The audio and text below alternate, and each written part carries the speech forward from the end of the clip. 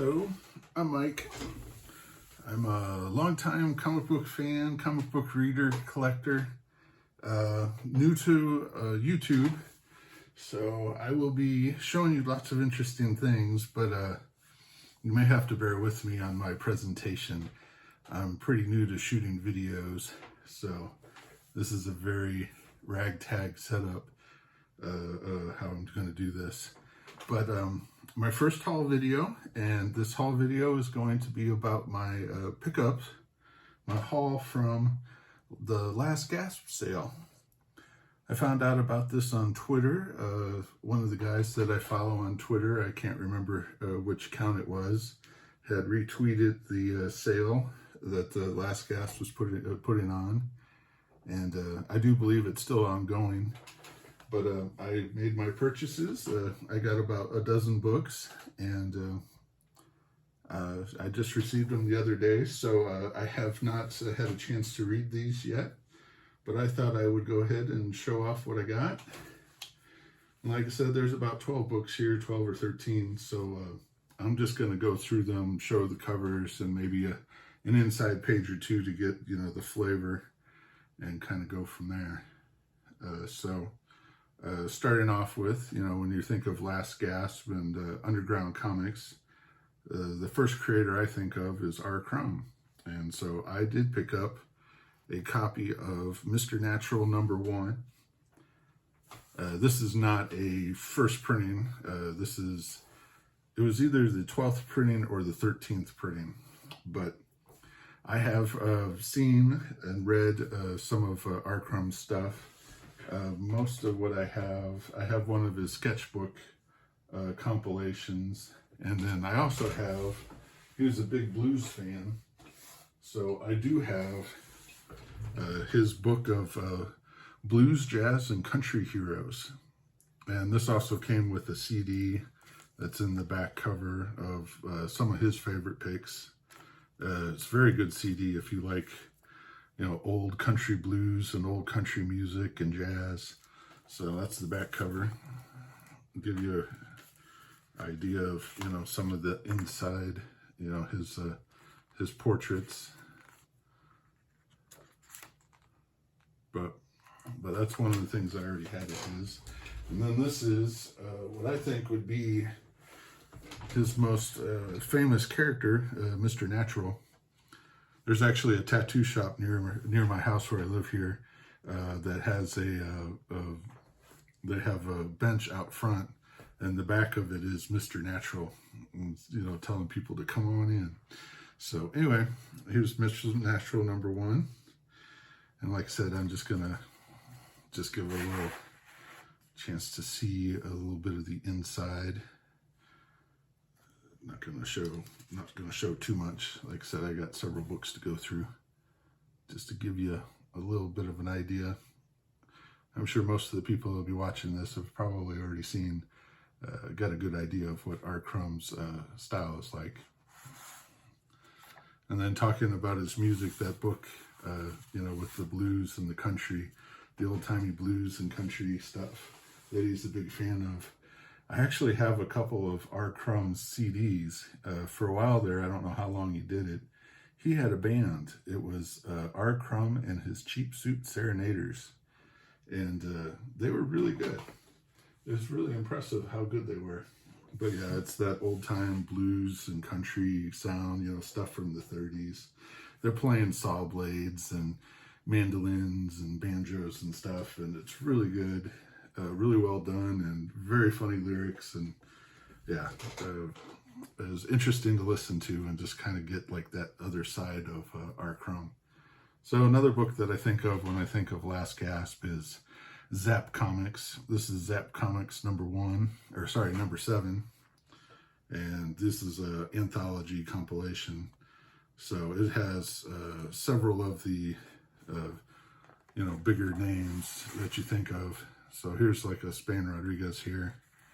And then I believe this other side here, this inside cover is, I want to say it's S. Clay Wilson. Nope. It kind of makes me think of S. Clay Wilson. It's another person. Hank, Elephant Boy, Long Crank. Okay. So, but this gives you some ideas of different people that are working in the Last Gasp realm. So a few inside pages here I'll show. Give you some flavor of this book.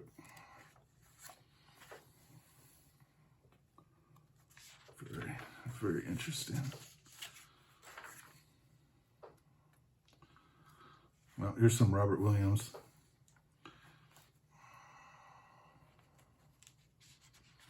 Think of him with hot rod culture and, you know, rat rods and all that. Some more R. Crumb, some self-portraits there. And here's what I was thinking of. This is S. Clay Wilson. S. Clay Wilson page, the inside there. And then back cover. Actually, I don't know who this artist is. That's very interesting. But yeah, that name there I see is it just looks like a squiggle to me. I'm going to have to dig in a little bit and see what I can find out about that. So, and then I mentioned Spain Rodriguez, you know, in that book is one of the artists in there. This is one of his books. This is Subvert Comics #3. And this is all Spain Rodriguez. So, look at that. Auto race. Definitely not an easy thing to pull off in comics. Doing the auto race and, you know, getting action and movement in the cars. But yeah, there's a rack. So this will be interesting to go through. So a little Spain Rodriguez there for you guys. Subvert #3.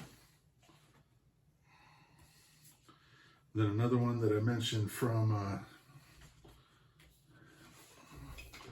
that Zap comic was S. Clay Wilson. This is Checkered Demon #3. I was a little disappointed. I mean, buying straight from the publisher, I would think that they would know better than to do this, but they actually put the price stamp right on it, and they put it right in the middle of the name of the comic, Checkered Demon. But anyway, you know, it was not a high price purchase, and you know, I still get to see all the art and be able to read everything inside. But I'm just gonna, I bet I know what I'm gonna find in the center spread here. But this is what I think of when I think of S. Clay Wilson. Just, you know, these big, like, packed jam pages, so to speak. I know it's technically not a jam page. You know, when I went to art school, you know, what we did a jam page was you'd have a piece of paper and, like, I would draw something on it and then pass it over to a buddy of mine, and he would draw something on it and then pass it over to another artist, and they would draw something on it. And at the end, you'd have the page all full, but it might be 5 or 6 different people just kind of riffing on, you know, off of each other to fill the page. A bunch of different artists doing stuff. And this is all just S. Clay Wilson, but it still has that feel of just chaos and just all this stuff moving and going and happening, just all this action. So it'll be interesting to kind of take a deeper look at that and just, you know, see what all is in there, what little hidden details there are and what's being said. But yeah, this is Checkered Demon #3, S. Clay Wilson. So I'm really looking forward to this one. I'm digging into it. This next book is actually was a mistake. I was thinking of Vaughn Baudet when I picked this one out. I did think it was strange. It's a Miami Mice #3, but it's not Vaughn Baudet, but his son, Mark Baudet. And, you know, his son has definitely been very influenced by his father's artwork. And you can kind of see that, you know, it's a lot like like a lot of stuff that Vaughn Baudet does. But, so I'll check that out and see what there is to see here. But yeah, this is Mark Baudet and Miami Mice #3.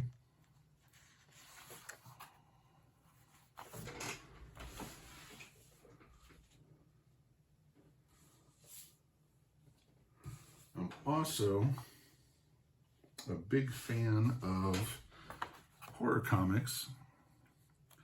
So when I saw these, I had to jump on them. There was more of them there. These actually, I think, were some of the more inexpensive ones. But Skull Comics, I picked up #3 and #4.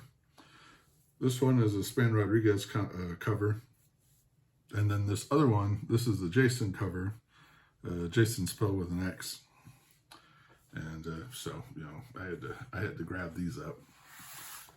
And I will go through #3 here first. Just get an idea of some of the art, see what the inside looks like. This looks great. Just a lot of great artwork in here.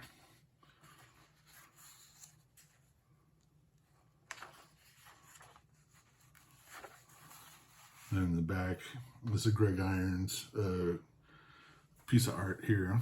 That's really cool. So that's Skull #3.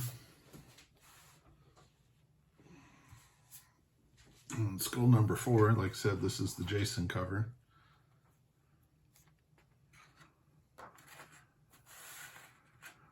Some Simon Dietz here in the inside cover. That's really nice. Just some really detailed artwork here. This is really great horror. I like that. The sky and a little bit of the mist going through there. Fog in the graveyard. So this will be interesting. More Simon Dietz. But look at that. That's very nice. So this is gonna be great to go through. There's the back cover. More Simon Dietz on the inside cover. Inside back. I don't know who did the back cover here. There's some initials, but I can't really make them out. So that was Skull #4.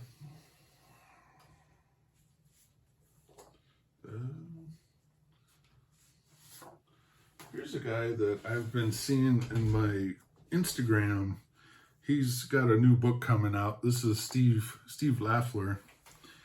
And so when I saw this in the sale, I was going to grab it up to get an idea of what Lafler's like. His the book that he was talking about and just the way he presents it, he sounds like a very funny guy. And so it just got me curious about him. And I thought this would be a good way to kind of get a feel for him. This is an artist that I actually don't know anything about. This is just me taking a shot in the dark. So yeah, Steve Lafler. Name of the book is Prometheus Gift. I don't know if this is a one-shot. There's no number on it, so I'm guessing it's a one-shot.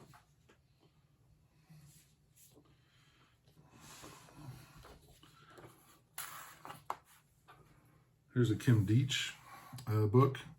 This is a comic book adaptation of the movie Eating Raoul.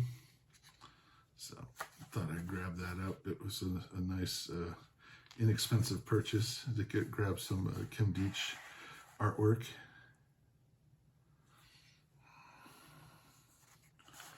So, yep, bon appetit. You've read the comic book, now see the movie.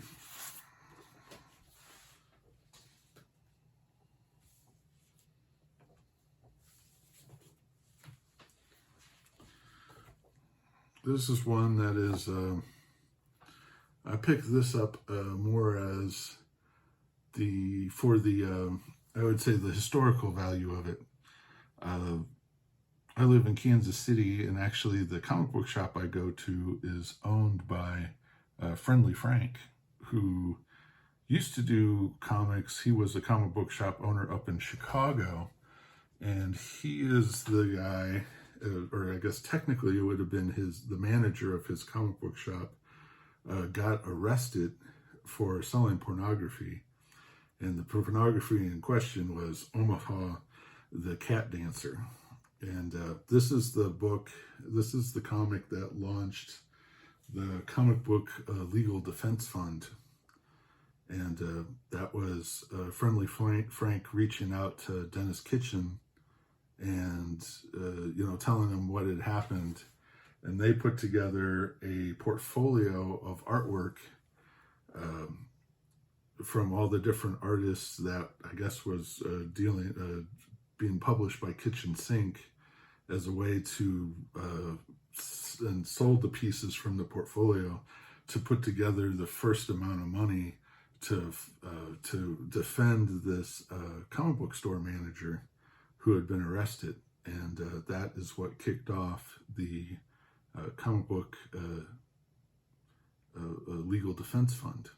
So I was kind of interested in seeing this book and seeing what exactly was in there that caused this huge stir and the creation of, that organization.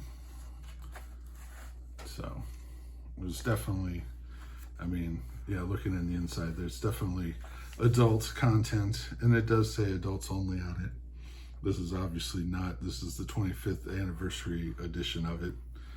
So this is not the original printing, but I just kind of wanted to get a feel for that book just because of its infamy. This next one I picked up, I just like the idea of it, just the concept. And this one is actually a Fantagraphics book, but I guess was distributed also by Last Gasp. And it's called Duplex Planet Illustrated. And what this is this David Greenberger. He worked at a, I guess you'd say a nursing home or an old folks home, and helping with the elderly, and helping take care of these people. He heard all sorts of stories from them, and what he did is started giving these stories to different comic book artists to illustrate them. And each one would have different artists doing different stories that he had heard from the people that he worked with. And so I really like this artwork. This is great. And so it's probably going to have some stuff that's really good that I really love, and then other things that are probably going to be misses, as compilation anthology type books are. And as you can see, just a lot of different styles and just some really talented people. So I'm really interested in digging into this more and seeing what I find out. So that's it. That was Duplex Planet Illustrated number 11. This one's a lot bigger than the rest. Hopefully it fits in the window, in the view screen here. Yeah, no, that's right. And this is another anthology comic. I believe it's English. If you look at the back cover, that's very English. It's very English stuff there. So it'll just be interesting to go through these and kind of see what different artists, I find, what hidden gems there are to find in this. This was another one that was just really inexpensive. I think I might have picked this up for like $1 and change. So, but yeah, and that is Committed Comics.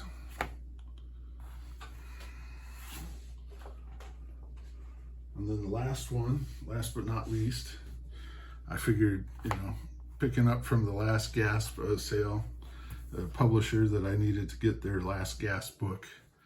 This is another anthology, Last Gasp number 1. I like that cover. That is great.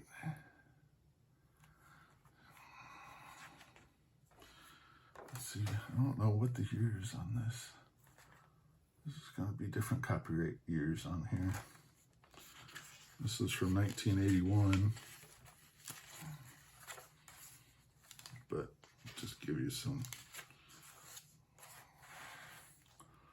a lot of different styles.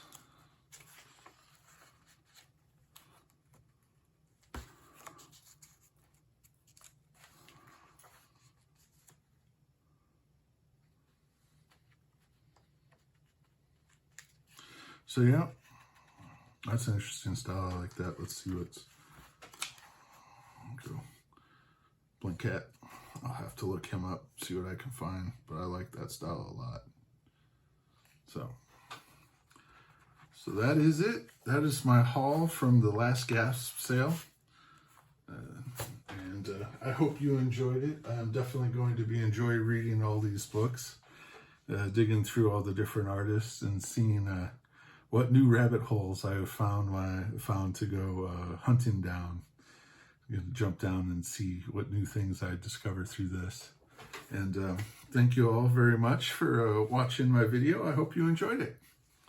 Thanks and good night.